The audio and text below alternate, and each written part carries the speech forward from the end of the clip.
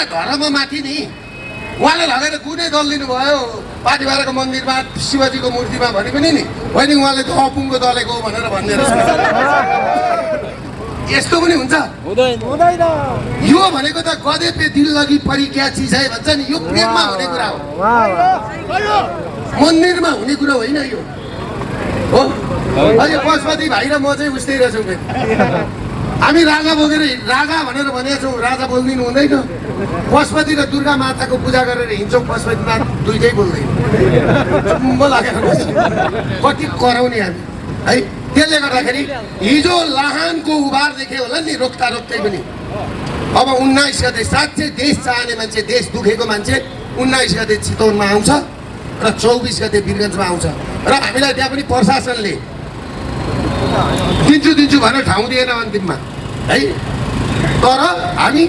road so गर्ने road so election नै गर्ने